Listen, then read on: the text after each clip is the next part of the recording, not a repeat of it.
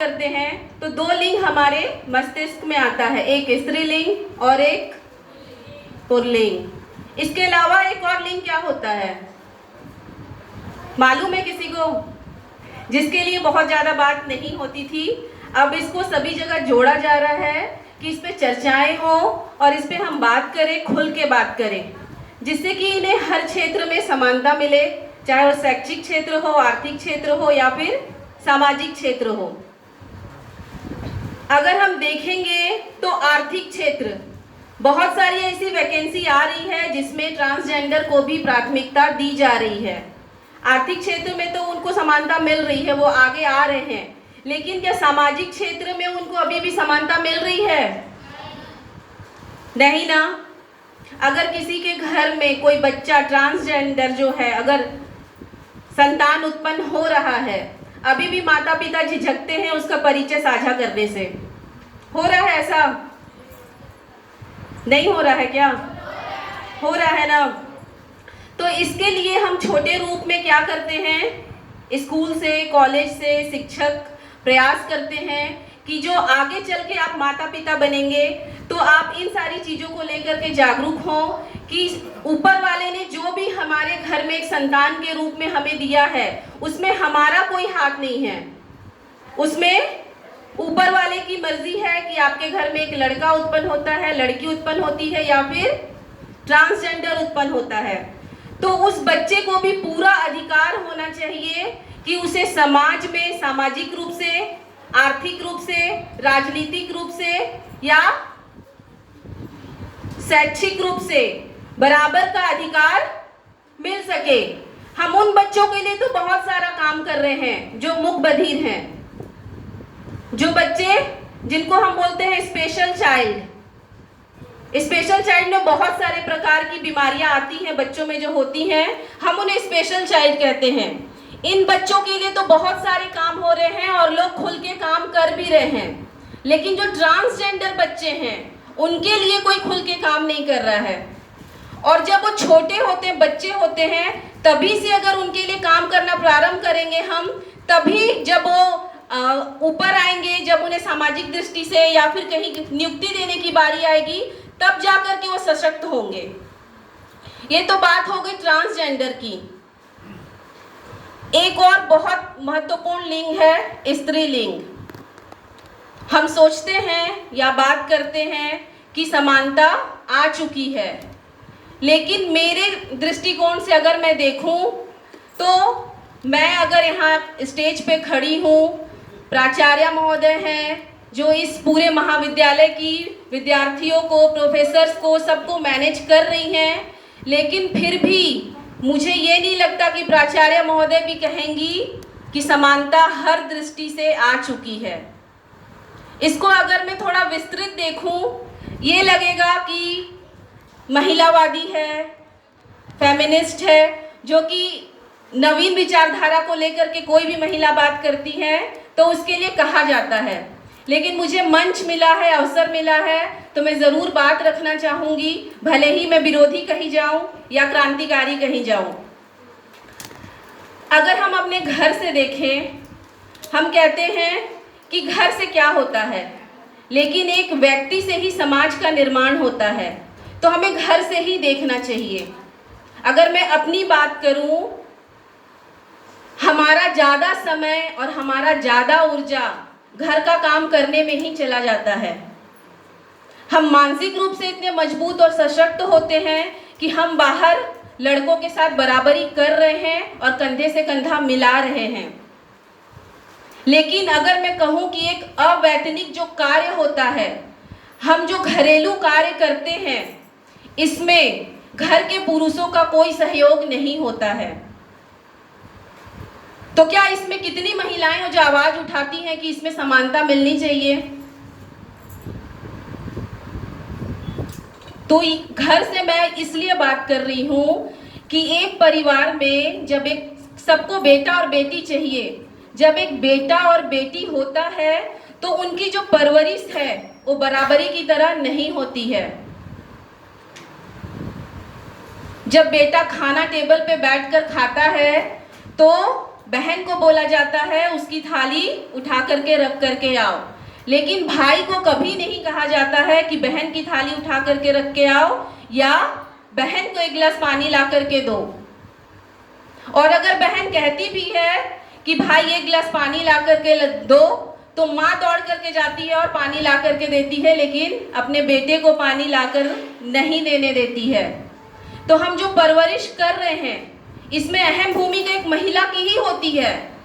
महिला स्वयं अपने साथ इन सारी चीजों को झेल चुकी होती है, तो उनकी मानसिकता यह बन जाती है कि यही परंपरा है, यही रीति रिवाज है, यही संस्कृति है। अगर हमारे घर में हमारा पति या हमारा भाई झाड़ू लगाता है तो हमें खुद बुरा लगता है। तो क्या किसी वेद में लिखा है, किसी शास्त्र में ऐसा लिखा है कि झाड़ू लगाना, कपड़ा धोना सिर्फ एक महिला का काम है? ये किसी वेद शास्त्र में नहीं लिखा है। ये लोक संस्कृति है, ये लोक धर्म है। इसका मतलब समझ में आता है आप लोगों को? ये धर्म नहीं है, ये लोक धर्म है, जिसे किसने बनाया है? लोगों ने। तो मेरा सिर्फ एक विचार है और एक ही संदेश है कि जो भी करे चेतना के साथ करे और बोध के साथ करे।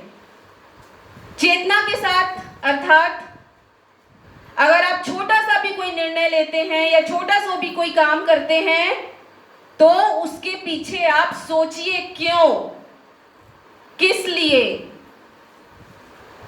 और उसके लिए शिक्षा अत्यंत आवश्यक है। और सिर्फ सिलेबस की किताबें पढ़ने से ही आप में बोध नहीं आ जाएगा। हमारे देश में कई महापुरुष, कई विदुषी हुई हैं जिन्होंने कई बहुत अच्छे अच्छे किताबें लिखी हैं। कई महापुरुषों की जीवनी है, उनकी आत्मकथाएं हैं। आप उनसे शिक्षा लीजिए और उनसे पढ़िए। आप एक बात बताइए, बाल विवाह पे जो हम इतना काम कर रहे हैं, बाल विवाह एक कानूनी रूप से अपराध है। इसके लिए किसी ना किसी ने काम किया था। किसने काम किया था? सबसे पहले किसने काम किया था? कौन से समाज सुधारक ने? किसी को नहीं मालूम? राजा राममोहन राय का नाम सुने हो? क्या क्या सुधार किए हमारे समाज में?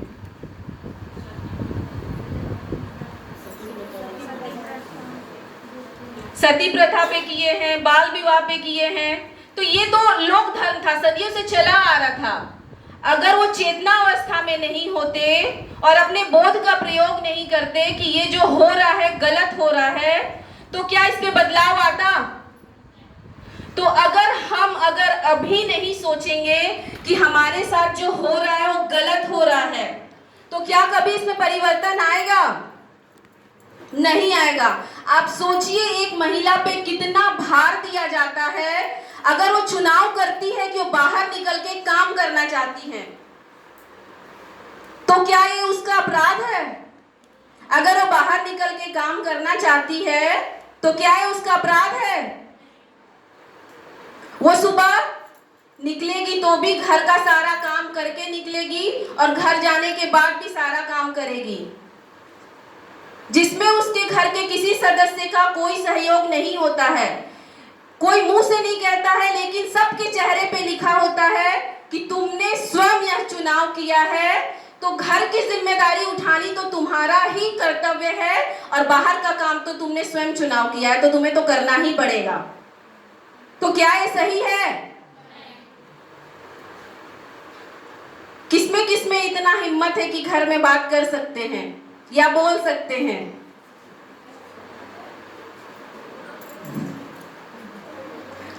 क्योंकि भाषण देने में बहुत आसान है, इसको प्रैक्टिकल करने में उतना ही कठिन, क्योंकि ये सदियों से चला आ रहा है और आपको इसमें बदलाव लाना पड़ेगा।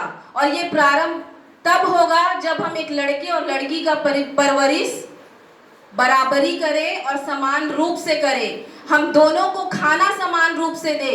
खाना कहने का अर्थात मेरा जो भी बच्चे को ज्यादा स्ट्रांग बनाने वाला खाना होता है, हम ज्यादा कोशिश करते हैं कि लड़के को दे।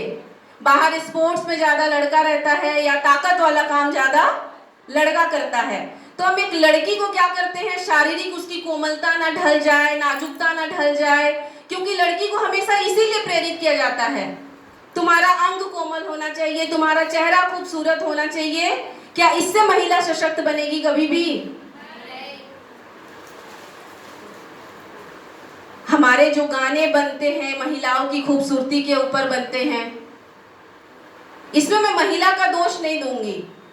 हमारा जो पुरुषवादी समाज है, जिन भी सारी चीजों को बनाया है, सारी चीजों के पीछे एक बहुत बड़ा गहरा राज है, उसको समझने का प्रयास करिएगा। उस झांसे में महिलाएं इतनी बुरी तरीके से फंस चुकी हैं कि जब तक वो चेतनावस्था में नहीं आएंगी तब तक वो समझ नहीं पाएंगी। एक विरोधी महिला और एक क्रांतिकारी महिला से विवाह करने के लिए एक बहुत ही मजबूत मर्द चाहिए होता है, तो वो शारीरिक रूप से मजबूत नहीं चाहिए होता है, ठीक है, क्योंकि एक शारीरिक रूप से मजबूत मर्द मानसिक रूप से बहुत ज्यादा कमजोर होता है। एक स्ट्रॉन्ग आदमी कौन होता है?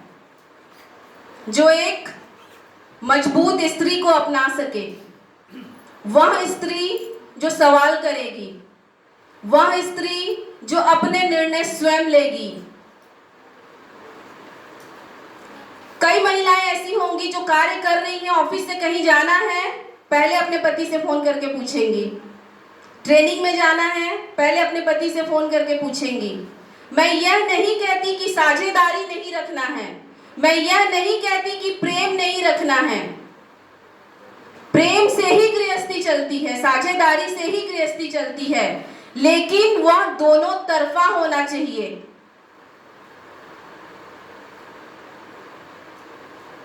क्योंकि प्रेम और गुलामी में बहुत ज्यादा अंतर नहीं होता है। समझ में आ रही है मेरी बात? देश की आधी आबादी है ना महिलाएं, आधी आबादी है कि नहीं है? है ना? कई महिलाएं ऐसी भी हैं जो टॉपर हैं, कॉलेज में, स्कूल में, बहुत कुछ कर सकती हैं, हमारे देश की जीडीपी को बहुत आगे लेके जा सकती हैं, लेकिन वो क्या चुनती हैं? शादी के बाद घर में रहना चुनती हैं। और उनका जवाब क्या होता है? जब पति इतना कमाता है तो मैं बाहर धूप में क्यों निकलूं? यही उनका जवाब होता है। ये सही है क्या? ठीक है, सबकी अपनी विचारधारा है, सबकी अपनी मानसिकता है। मैं अपनी विचार रख रही हूं यहाँ पे कि इतना पढ़ने लिखने का क्या तात्पर्य जब आपको घर में ही रहना है। घर के जो दैनिक कार्य होते हैं उसके लिए भी तो कई लोग रोजगार ढूंढ रहे हैं ना। जो पढ़े लिखे नहीं हैं वो भी रोजगार की तलाश में हैं। अगर आप अपने शिक्षा का उपयोग करें तो आप बाहर जितना कमाएंगे, देश को जो योगदान देंगे, उससे जो आपको आर्थिक रूप से जो भी आपको मिलेगा उसके एक छोटे से अंश में आपका घर का काम हो जाएगा।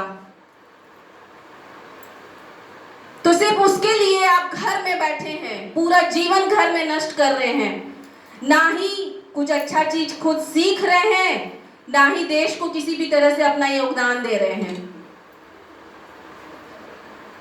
बहुत सारी महिलाएं ऐसी हैं, उनसे पूछो क्या बनना चाहते हैं, अभी भी कई महिलाओं का यह जवाब होता है कि हम शिक्षा सिर्फ इसलिए ग्रहण कर रहे हैं कि एक अच्छा पति मिल जाए। तो आप बकरे की तलाश में हैं। मतलब आप अपने आप को इतना सक्षम ही नहीं समझते हैं कि हम बाहर निकल करके अपने आप को पाल सकते हैं। इतना सक्षम नहीं समझते हैं ना, सिर्फ अपनी खूबसूरती बढ़ाने में लगे हुए हैं कि कोई फंस जाए। तो महिलाओं को भी अपने सोच में परिवर्तन लाना पड़ेगा, तभी जाकर के समानता आएगी। ठीक है, इस पे बस इतना ही बात करूंगी मैं।